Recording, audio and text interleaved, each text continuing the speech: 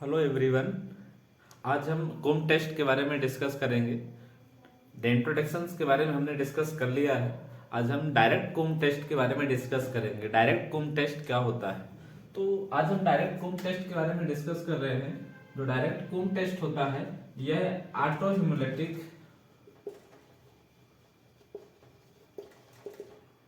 Haemolytic anaemia की conditions में, ऑटोहेमोलिटिक anaemia यानी कि न्यूबॉर्न की कंडीशंस में अपन डायरेक्ट कुम टेस्ट को लगाते हैं। ठीक है, तो डायरेक्ट कुम टेस्ट को लगाने के लिए किन किन चीजों की रिक्वायरमेंट्स होती है, सबसे पहले अपन रिक्वायरमेंट्स की बात करेंगे, फिर स्पेसिमेन की बात करेंगे।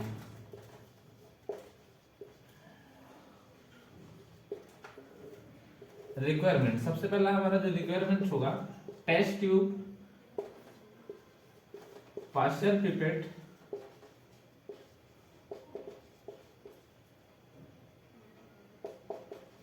Partial pipettes, incubator,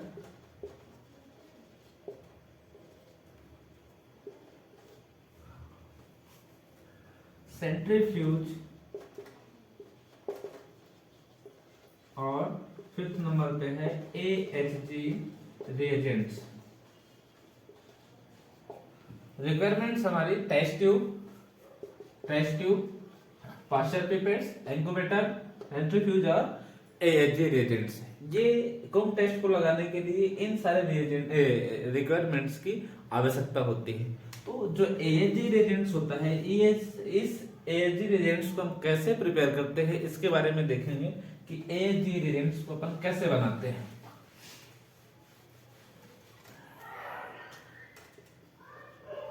Preparations of AHG reagents।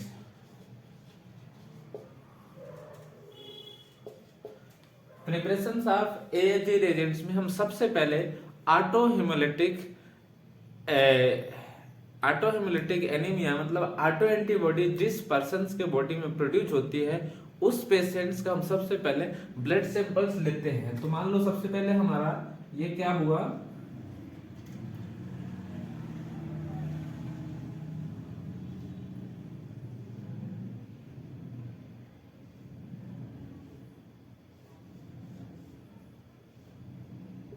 ये हमारा ऑटो एंटीबॉडी का पर्सन है।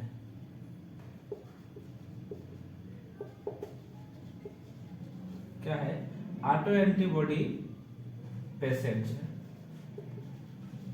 इस पेशेंट्स का हम क्या करेंगे, ब्लड सैंपल्स कलेक्ट करेंगे।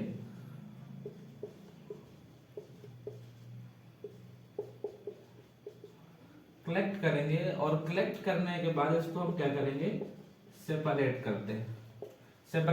मतलब क्या है, सबसे पहले हम उस पेशेंट्स का ब्लड सैंपल्स लेते हैं जिसके बॉडी में ऑटो एंटीबॉडी प्रेजेंट होती है।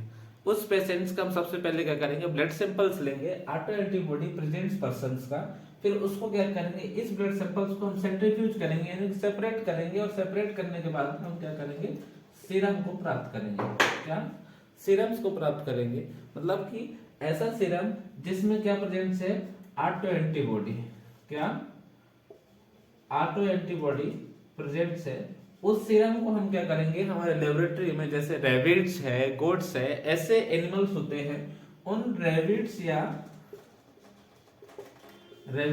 गोट्स एनिमल में इस सीरम को हम क्या करते हैं, इंजेक्ट कराते हैं।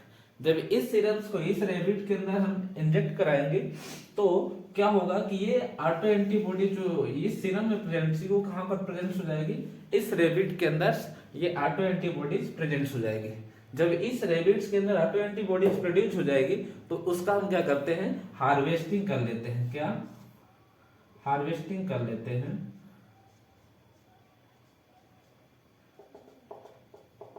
और हार्वेस्टिंग करके हम क्या करते हैं, AHG रिएजेंट्स प्राप्त करते हैं।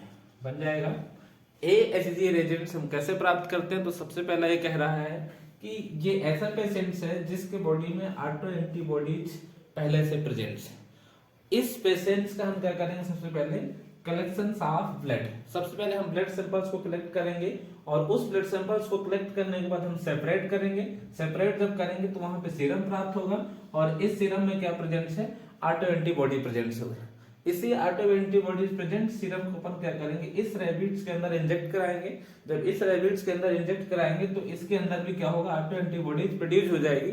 और जब ऑटो एंटीबॉडीज प्रोड्यूस हो जाएगी तो उसका हम हार्वेस्टिंग करके और एएचजी रेजेंट्स को प्राप्त कर लेते हैं, बन जाएगा।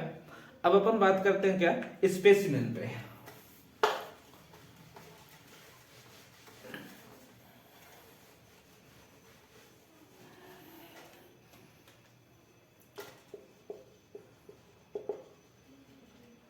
स्पेसिमेन में होल ब्लड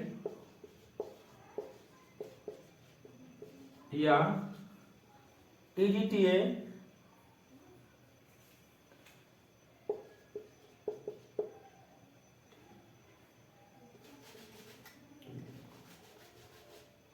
एंटी कोआगुलेंट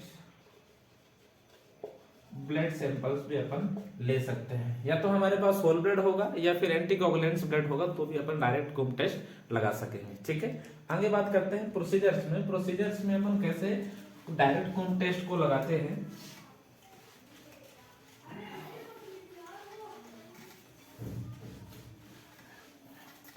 तो डायरेक्ट कुम टेस्ट को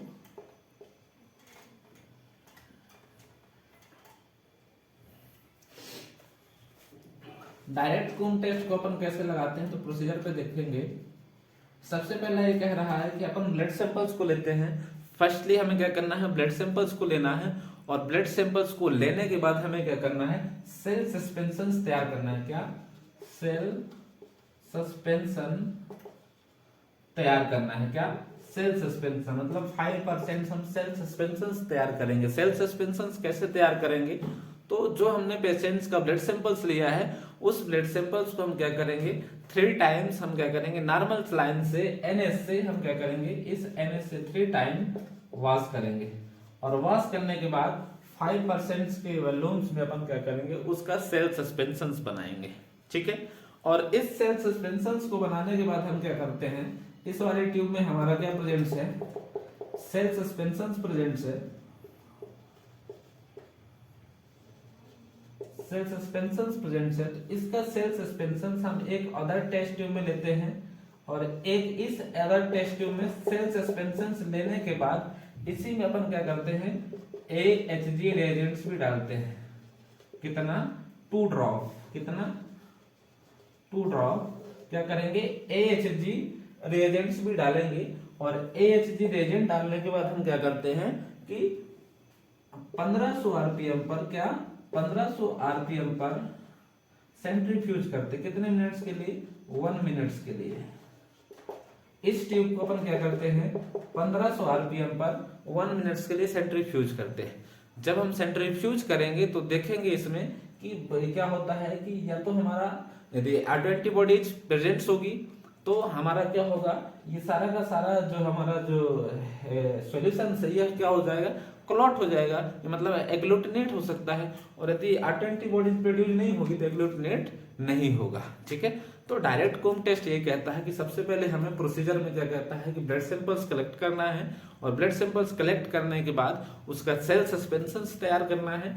सेल सस्पेंशन हम नॉर्मल सलाइन से वॉश करके अपन 5% का सेल सस्पेंशन तैयार करते हैं। और सेल सस्पेंशन तैयार करने के बाद उस सेल सस्पेंशन को हम एक अदर टेस्ट ट्यूब में लेते हैं और एक अदर टेस्ट ट्यूब में लेने के बाद उसी में हम 2 ड्रॉप AHG रेजेंट जो हमने एनिमल से प्राप्त किया था, हार्वेस्टिंग करके जो हमने एनिमल से AHG anti human globulin reagents हमने जो प्राप्त किया था उस रेजेंट्स को भी डालेंगे। कितना, 2 ड्रॉप डालेंगे और 2 ड्रॉप डालने के बाद सेंट्रीफ्यूज करते हैं। कितने मिनट्स के लिए, 1 मिनट के लिए 1500 आरपीएम पर।